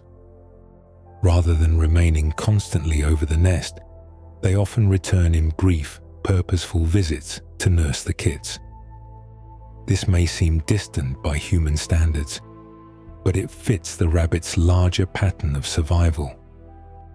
Drawing too much attention to the nest could increase danger. Early care, like so much in rabbit life, is shaped by caution as much as tenderness. This means the beginning of a bunny's life is not loud or showy. It is a hidden chapter. Warmth in the nest. Brief returns from the mother. Stillness. Growth happening almost invisibly. The kits are protected not through constant display, but through quiet efficiency, and growth begins quickly. Rabbits are small animals with lives shaped by vulnerability, so early development matters. The helpless newborn does not remain in that state for long. In a relatively short time, the young rabbit begins moving toward greater awareness and independence. Its body develops rapidly. The features people recognize in older rabbits begin to emerge more clearly. The tiny hidden kit becomes more visibly a bunny. This speed of development reflects the demands of rabbit life. A creature so exposed in the natural world cannot remain defenseless forever. It must move, sense, feed, and respond as soon as its body allows. So from the very beginning, rabbit life carries a feeling of quiet urgency. Not panic, but movement toward readiness. Even here, though, gentleness remains part of the picture. The nest lined with fur, the sheltered start, the tiny body curled in warmth. All of it reflects the softer side of survival. Rabbit life may be shaped by risk, but its earliest chapter is wrapped in softness. That may be one reason baby rabbits stir such strong protective feelings in people. They seem to gather everything delicate about rabbit life into its purest form. Smallness, warmth, vulnerability, hidden beginnings.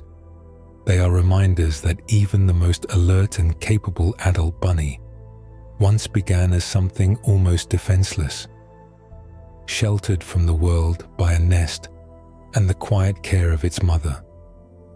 And from there, life gradually opens outward. The kit grows into the wider patterns of rabbit existence. Movement, feeding, awareness, shelter, and the changing conditions of the world around it. Because from the very start, a bunny's life is shaped not only by its body and instincts, but also by the seasons through which it must live. A bunny's life does not unfold in the same way all year long. Even when rabbits seem familiar and constant, sitting in fields, crossing lawns, or resting near hedges, they are still part of the larger rhythm of the seasons. Cold, heat, daylight, rainfall, and shifting plant growth all shape the way rabbits live. A bunny may seem like a small and ordinary creature, but its life is closely tied to the turning of the year. In colder seasons, warmth becomes more important. Rabbits must conserve heat, seek shelter, and make careful use of protected spaces. For wild rabbits, this may mean spending more time near burrows, dense brush, or other places that soften the harshness of winter weather.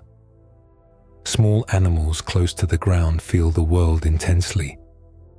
Wind, dampness, frost, and snow matter when your body is light and your shelter may be only a short distance away beneath the earth.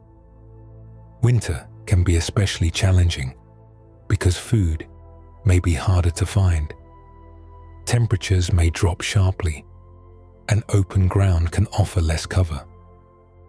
A rabbit cannot simply ignore these conditions. It has to live within them, adjusting its habits to survive. Activity may shift.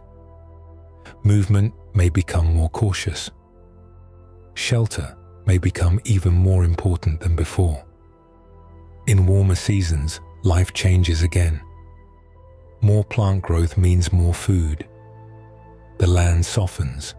Days become longer. Conditions often become easier for feeding and movement, though heat can bring its own challenges. Rabbits must avoid overheating, rest in shade, and make use of cooler hours when needed. Just as winter asks the body to hold warmth close, summer may ask it to release warmth and stay out of direct heat. This is where seasonal change can affect not only behavior, but the body itself. Fur may vary across the year, becoming thicker in colder times and lighter when temperatures rise. This helps the rabbit remain suited to shifting conditions without changing what it is. The bunny stays the same creature, but the coat, activity, and daily patterns may adjust to the season around it. Daylight matters too. Longer days and shorter days help shape the wider rhythms of rabbit life, including feeding patterns, rest, and reproduction. Rabbits are not separate from the environment that surrounds them. They are woven into it. The amount of light, the feel of the air, and the condition of the ground all influence how rabbit life unfolds over time. Spring, in particular, holds a special place in the human imagination. Rabbits are strongly associated with spring, and it is easy to see why. Spring is the season of return, of soft grass, new growth, and visible small life. It is the season when many people begin noticing rabbits more often in yards, parks, and fields. After the hardness of winter, the sight of a bunny in fresh grass seems to fit the season perfectly. This is one reason rabbits became such strong symbols of renewal. Their quick movement, their connection to open land, and their place in the cycle of birth and growth all made them natural companions to human ideas about springtime. They came to represent freshness, gentleness, and life returning after cold and stillness. And yet the symbolic rabbit of spring is still rooted in the real seasonal life of the animal itself. Wild rabbits truly do live by the year's changes. They respond to temperature, light, shelter, and food in ways shaped by the land around them. Even the familiar backyard bunny is part of a much larger ecological rhythm. It is not just passing through the scene. It belongs to a living system of weather, plant growth, hiding places, and changing time. That may be part of what makes rabbits feel so quietly meaningful. They are easy to overlook because they are small and familiar, but they are deeply connected to the world around them. Their lives rise and fall with the same seasonal patterns that shape forests, fields, gardens, and skies. So a bunny is never just sitting in the grass. It is living inside the year. It is feeling the cold, the warmth, the lengthening light, and the changing ground. It is one of the many small creatures through which the seasons become visible. And from there, it becomes easier to understand why rabbits have lived not only in nature, but also in human imagination for so long. Their real lives are so gentle, so seasonal, and so visually tender that people have turned them into symbols of softness, innocence, and comfort, far beyond the field itself. There are some animals people admire from a distance, and others that seem to awaken something softer right away. Bunnies belong strongly to the second group. Even before a person knows much about rabbits as animals, the feeling often arrives first. They seem gentle, small, harmless, easy to care about. A bunny does not usually inspire awe the way a large wild animal might. Instead, it tends to inspire tenderness. Part of this comes from size. Small animals often trigger protective feelings in humans, especially when they also appear vulnerable. A bunny seems light enough to be hurt easily, quiet enough to be overlooked, and soft enough to need care. Those impressions may not tell the whole story of rabbit life, but they are powerful. They shape the emotional response almost instantly. Softness matters too. Rabbit fur, rounded bodies, and delicate features all contribute to an image that feels warm rather than threatening. Sharpness tends to create caution in the human mind. Softness tends to create comfort. Bunnies seem almost designed to lower the emotional temperature of a room. Their appearance invites care rather than distance. Their faces also play a role. Large eyes, small noses, and still expressions often make rabbits feel open and innocent to people. Humans are very responsive to visual cues that suggest gentleness or vulnerability. A bunny carries many of those cues at once. The result is an animal that often feels emotionally safe before it is even understood biologically. That emotional pull is part of why rabbits appear so often in stories, toys, decorations, and childhood imagery. They have become symbols as much as animals. In books and drawings, a bunny often stands for innocence, sweetness, or quiet goodness. It can represent comfort without needing explanation. People understand the feeling almost immediately. Rabbits also appear in seasonal symbols and cultural traditions, especially around spring. That connection adds another layer to their meaning. They are not only soft creatures in the grass. They have become part of a larger human language of renewal, new life, and gentleness returning after winter. Over time, this symbolic role has made them even more emotionally familiar. But the bond goes deeper than culture alone. There is also something about the way rabbits move and exist that people find calming. They do not usually dominate the space around them. They nibble, pause, listen, rest. Their movements are small and quiet. Watching a bunny can feel like watching a softer rhythm of life, one that does not demand attention so much as gently hold it. That may be one reason people often feel calmer simply looking at them. A rabbit sitting still in grass seems peaceful in a very pure way. The nose twitches, the ears shift slightly, the body remains still. Nothing dramatic happens, yet the image feels complete.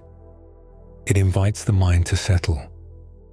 The bunny does not seem rushed, loud, or forceful. It seems present. There is also the fact that rabbits appear to need kindness. Whether or not that impression is fully accurate in every moment, it strongly shapes how people respond.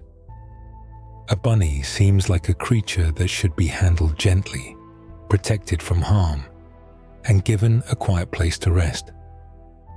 This invites not fear, but care. People often do not just like rabbits. They feel responsible toward them almost instinctively. In that way, bunnies become a kind of emotional shorthand. They stand for tenderness without needing words. They suggest innocence without needing explanation. Their image can soften a scene, a room, or even a memory. Very few animals hold that kind of symbolic power so consistently. And yet the deeper truth is that the rabbit underneath the symbol is real. It is not only an idea humans invented, it is an actual animal whose biology helped create this response. The soft fur is real. The small body is real. The quietness is real. The sensitivity is real. Human feeling did not come from nowhere. It grew from the visible nature of the animal itself. So perhaps people are drawn to bunnies because rabbits sit at a rare meeting point between reality and feeling. They are genuine animals with real instincts and real complexity, but they also carry an emotional softness that humans recognize immediately. They feel like living reminders that gentleness can exist in the natural world. And once that emotional bond is understood, it becomes easier to return to the animal itself and see something even more beautiful. Beneath the softness people love so much is a creature far more intricate, adaptive, and quietly remarkable than it first appears. At first glance, a bunny can seem almost simple. Soft fur, long ears, a small body in the grass, a twitching nose, and a quiet way of moving through the world. It is easy to understand why people often stop there. Rabbits feel gentle at once, and gentleness can sometimes trick the human mind into thinking something is basic. But the more closely a bunny is observed, the more that first impression begins to deepen. A rabbit is not simple at all. Nearly every feature that seems charming on the outside turns out to carry a practical purpose beneath it. The ears are not only graceful shapes rising above the head. They gather sound, help express mood, and even release body heat. The eyes are not only wide and innocent looking. Their side placement helps create a broad field of view suited to a life of vigilance. The twitching nose is not just cute. It is part of a constant stream of information flowing in from the air. The same pattern continues through the rest of the body. The fur feels impossibly soft, but it is also insulation. The hop looks playful, but it is built on powerful hind legs designed for rapid escape. The quiet life of chewing seems gentle and repetitive, yet it supports digestion and helps wear down teeth that never truly stop growing. Even the hidden processes inside the rabbit, from fermentation in the gut to the strange efficiency of secotropes, reveal a body far more specialized than its peaceful appearance first suggests. This is one of the most remarkable things about rabbits. Their softness hides complexity. A bunny does not survive because it is cute. It survives because it is highly adapted. Over a very long time, rabbits were shaped by the demands of being small prey animals living close to the ground. That life required sensitivity, caution, speed, efficient digestion, and a body able to detect danger early. The rabbit that people now see as a symbol of tenderness is also the result of millions of years of refinement. That hidden depth can be easy to miss because rabbits are so quiet. Loud animals often seem impressive more quickly. They announce themselves. They display their force. Rabbits do something different. They keep much of their sophistication tucked inside stillness. Their intelligence is not usually dramatic. It appears in how the body is arranged, how the senses work together, how movement changes in an instant, and how survival happens through attention rather than force. In this way, rabbits can be underestimated. Their quietness makes them seem small in more than size alone. But quiet does not mean empty. It does not mean undeveloped. It simply means the complexity is carried lightly. There is something beautiful about that. A bunny does not need to be fierce to be remarkable. It does not need to dominate the landscape to be exquisitely designed.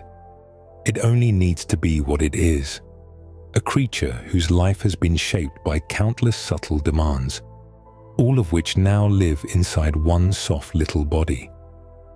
Perhaps that is why learning more about rabbits often changes the way they feel.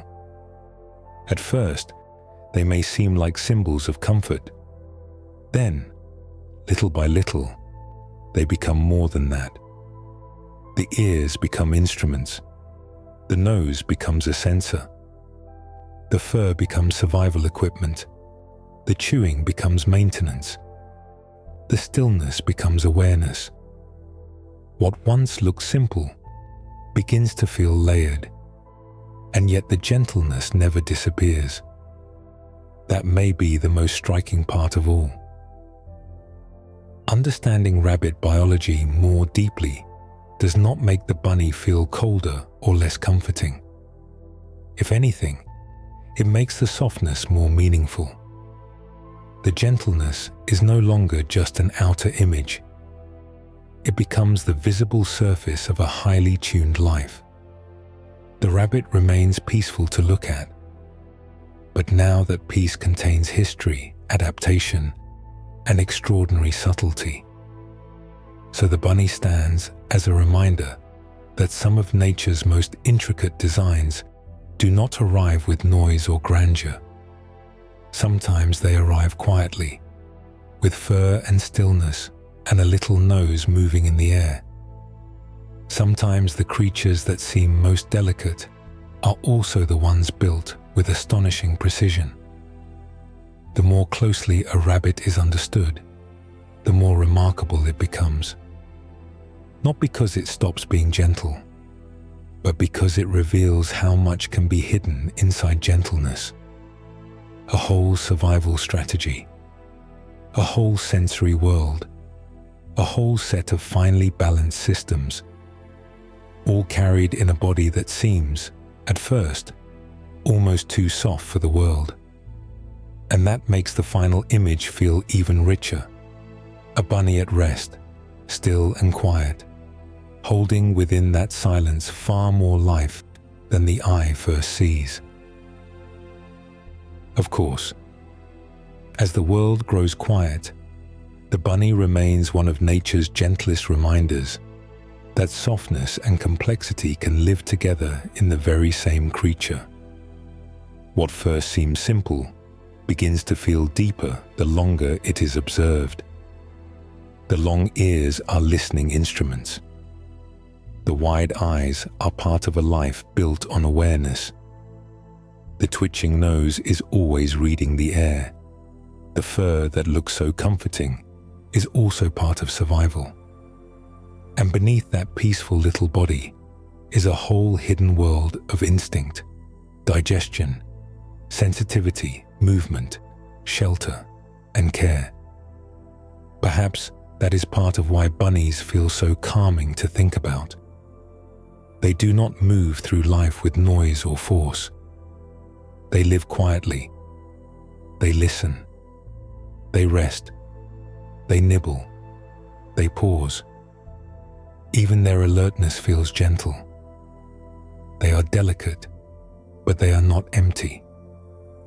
They are vulnerable, but they are beautifully equipped for the life they live. The more closely they are understood, the more remarkable they become. And maybe there is something restful in that, a small animal in the grass, ears lifted softly into the air, nose twitching, body still, surrounded by wind, scent, light, and silence. Not asking for attention, only existing exactly as it is. Calm, watchful, and at home in its own quiet way. So tonight, as your thoughts begin to slow and drift, you can leave the image there if you'd like. A bunny at rest in the fading light, holding an entire hidden world inside its softness. And if you're still awake, feel free to let me know in the comments where in the world you're listening from. Good night.